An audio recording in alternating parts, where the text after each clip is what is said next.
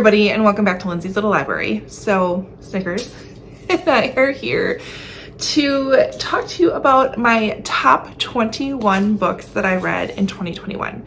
So these books are not necessarily new releases that came out in 2021. They happen to be from the 80-some books that I read last year. These are the top books that I read and want to tell you guys about, and I'm super excited about them. I have a little less than half of them in my possession still.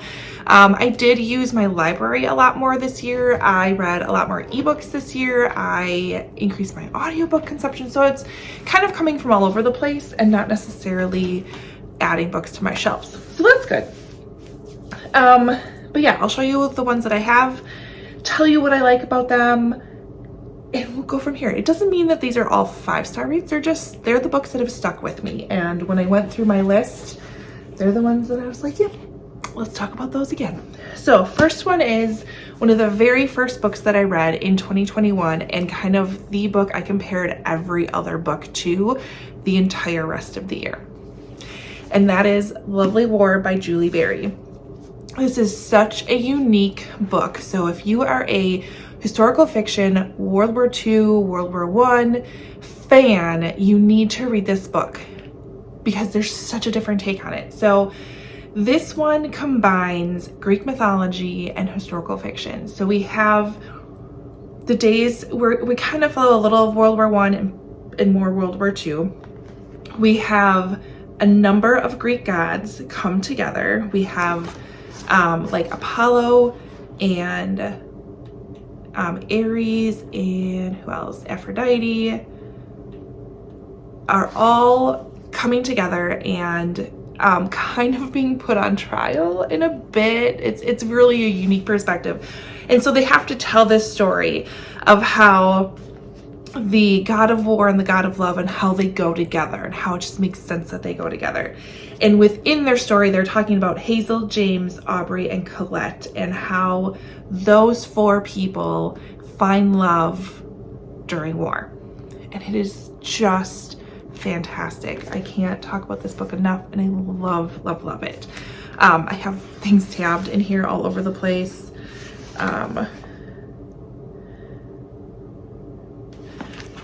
If you are like me and you don't necessarily remember what you learned about the Greek gods, no problem. Julie Berry does an amazing job kind of reminding you what each of them represents and what they've done, and how they work off of each other and how they're connected to each other. So don't worry about that. You can have no knowledge and you'll be fine. So pick that one up for sure. Next one I want to talk about, again, World War II historical fiction, and a book you guys have been talking to me about forever to pick up, and I finally did, and that's We Are the Lucky Ones by Georgia Hunter. This is based on an actual family, the Kirk family, who survived the war. So spring 1939, we have 3 generations of this family. They're living their normal lives. Everything is fantastic, and we know that's coming to an end soon. But all of a sudden, the Kirks are kind of dispersed throughout the world and trying to figure out how to stay safe. And somehow this entire family is able to stay connected, survive in like the most crazy, harrowing of times. And so it just goes through what the family went through, and it's fantastic, and I loved it. So pick that one up if you haven't already. Then we're going to shift to nonfiction. It's Know My Name by Chanel Miller. This book is a hard read. This book is eye-opening. This book is so fantastic and makes me so mad at the same time. Mad about how victims are treated, how victims are put under this microscope. It's so sad. So Chanel Miller is the girl that was part of the Brock Turner sexual assault case that made really big nationwide headlines, and her name was kept secret for the longest time because she was this victim, but yet how she's treated is as if she did something wrong, and it's just so good. It's so good. A little hard to read, but very eye-opening. Another book I want to talk about is A Gentleman in Moscow by Amor Towles. My mom actually has this book right now because I have opened her eyes to the world of Amor Towles and she loves it.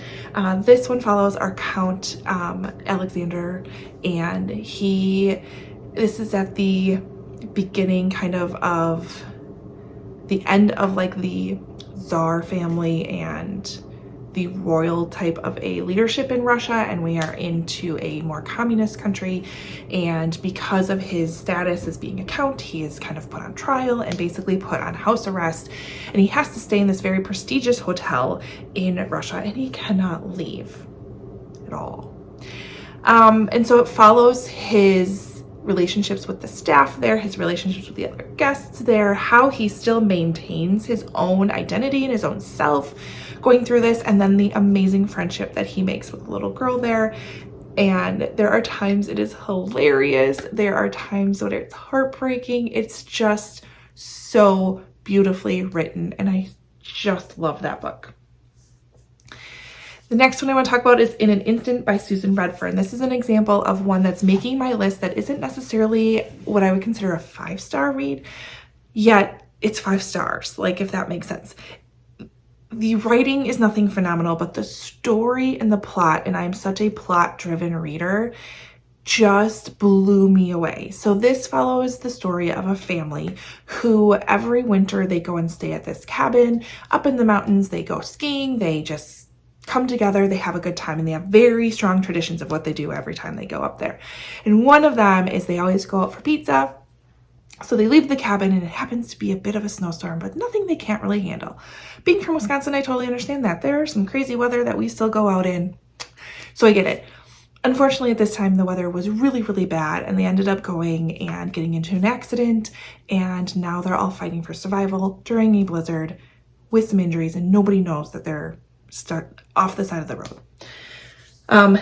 It's fantastic. It is, again, a very plot-driven book, and you follow different perspectives as far as what to do and what happens, and there's some backstory behind the scenes. And when I should clarify, it's 2 separate families, but they have always come together, and they have such a tight relationship that I, for a moment, forgot that there's actually 2 separate families that are together. So it's fantastic. I loved it. Pick that one up.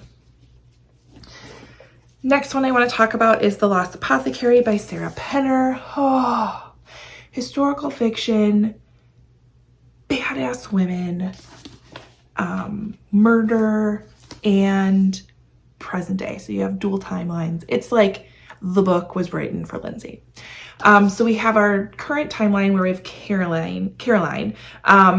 She is going through some stuff in her life. And ends up going on I want to say it's an anniversary trip, but she goes by herself because there's some issues with her husband. And she goes mudlarking along the Thames.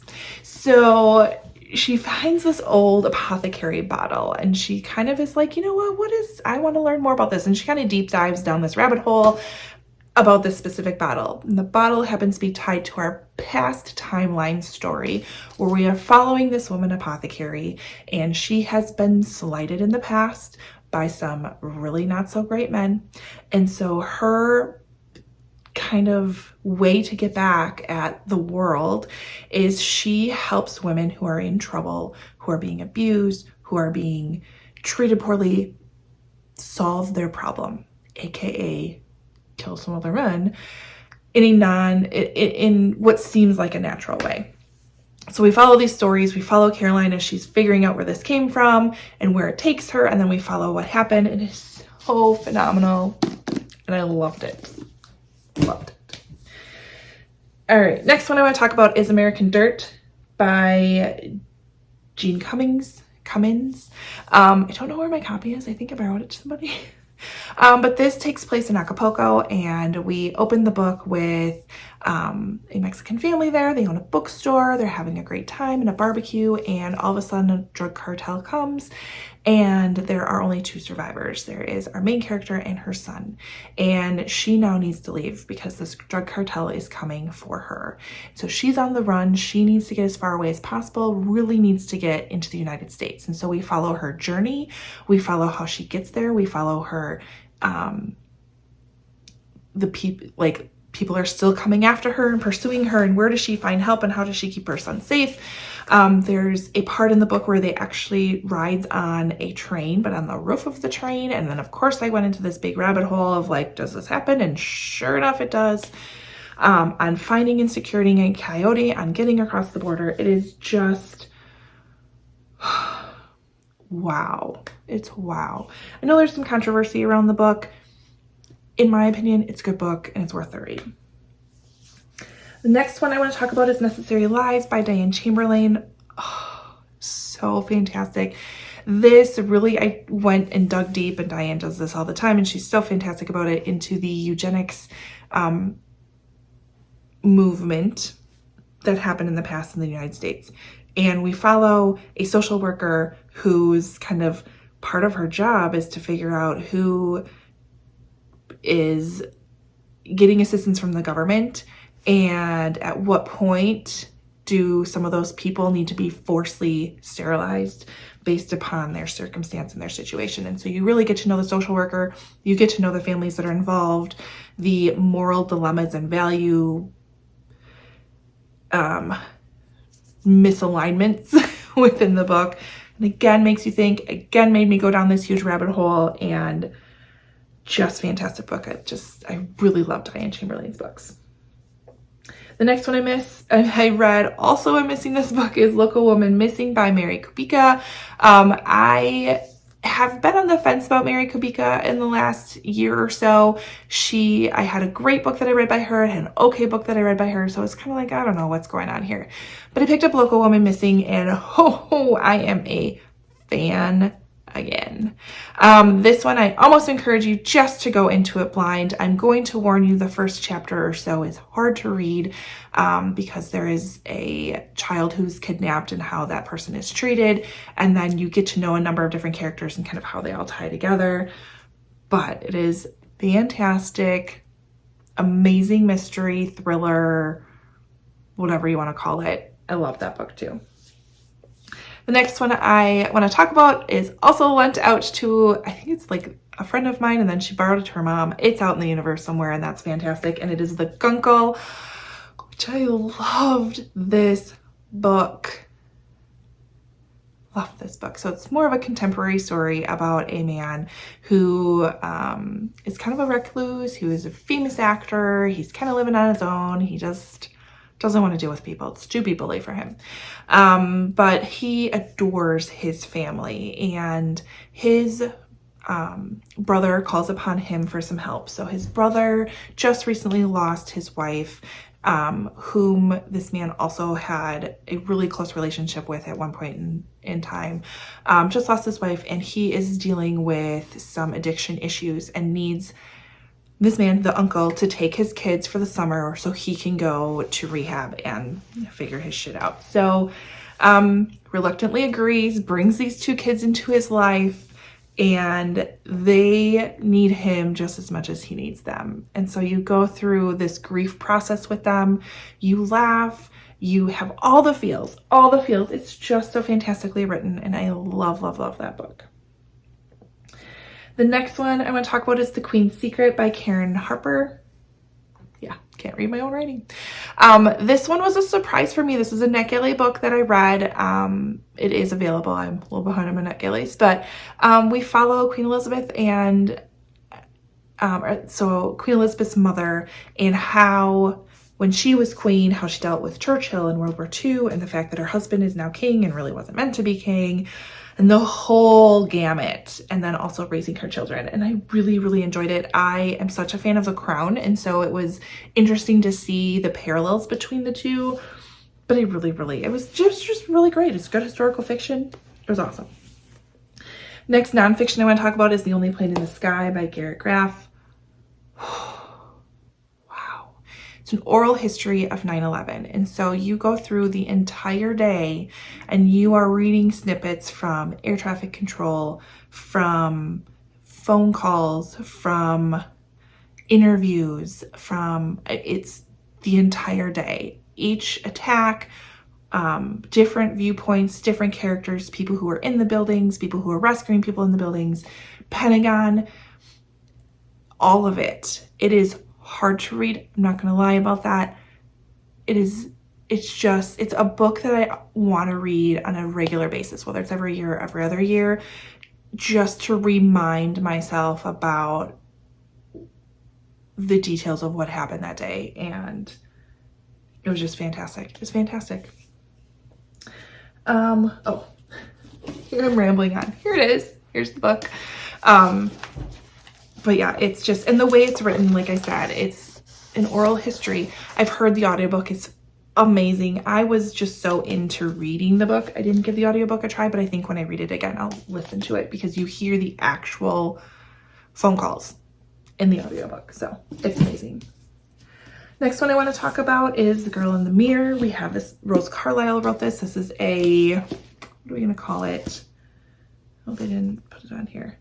Psychological thriller. So we have identical twins. One wants what the other has, and kind of how far will they go to get that? And how, that's all I can say. That's what it is. Just read the book. I know you probably hate it when I do that, but just read the book. The next one I have is The Invisible Life of Addie LaRue by V. Schwab. I'm shocked, right? We're all shocked this is on here. Such a beautiful book. I've talked about this so many times. What did I have in here? I like when I have my quotes in here marked. Oh, this one. Books she's found are a way to live 1,000 lives or to find strength in a very long one. And then the other quote is, teaching is an extension of learning, a way to be a perpetual student. Love that too. So this one takes place France 1714. We have our main character, Addie LaRue. She is facing a forced marriage. She's not cool with it. She basically runs away and prays to the gods who are out at night, which she's not supposed to pay to, and says, I'll do anything. And so we have our god show up. I can kind of picture him just strutting up to her and be like, I'll help you out. Here's my deal. You can go be whoever you want and do whatever you want. You will live forever, but no one will remember you. And she takes the deal. And so we follow her through hundreds of years of her living and doing whatever she wants and being the independent person that she wants. And yet no one remembers her. Until one day somebody does. It's gorgeous. Trust me, it's amazing. Another nonfiction or memoir I want to talk about is High Achiever by Tiffany Jenkins. This book made me laugh out loud, but it's her true story of dealing with an addiction, having a cop as a boyfriend, getting caught, going to jail, what she does in jail, how she survives jail, and what she learns, and how she got to where she is today. It's hilarious, yet like, wow. It just shows you how, I mean, she's very honest of how messed up she really was at that time. And it was rough, but it was amazing.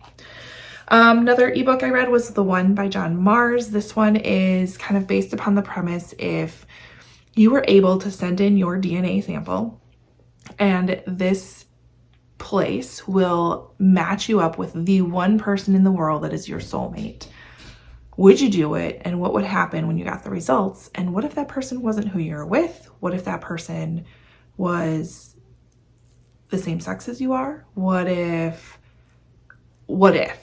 And it was amazing. I loved it. My first John Mars book, and I definitely will not be my last. Actually, it wasn't my last. I read another book by him this year as well. Next one I want to talk about is The Four Winds by Kristen Hanna. Fair warning, this is a depressing book. And I know, I went into this knowing it's a depressing book because it takes place during the Great Depression, during the Dust Bowl. Things are not going so great. And so when I've heard some reviews saying it's so depressing, I'm kind of like, well, yeah, that's the point. Parts of it were a little slow, but overall fantastic. So we follow our main character, what's her name, Elsa, as she is living in Texas, as she gets married and has children. Her husband ends up creating some drama. They are all experiencing the Dust Bowl that happened in Texas, to the point where crops are failing, things are bad, there is no food, it's horrible conditions. And so she ends up heading west with her children to California in search of a better life, in search for better opportunities. And then what happens when she gets there? It's It's depressing, but it's still fantastic. It's still definitely worth the read. The next book that I read is Dear Martin by Nick Stone, and this follows our main character, Martin. He's a young Black man and finds himself in an interesting situation where he is accused of things that are not true, and his reaction to it afterwards and what he does and some of the decisions he's faced with is really, really, really good and very eye-opening, and I loved it. And there's another book called Dear Justice, and I need to pick that up soon. We're almost done. 3 more left. I've got Every Last Fear by Alex Finley, debut author, and fantastic. Follows the story of a family.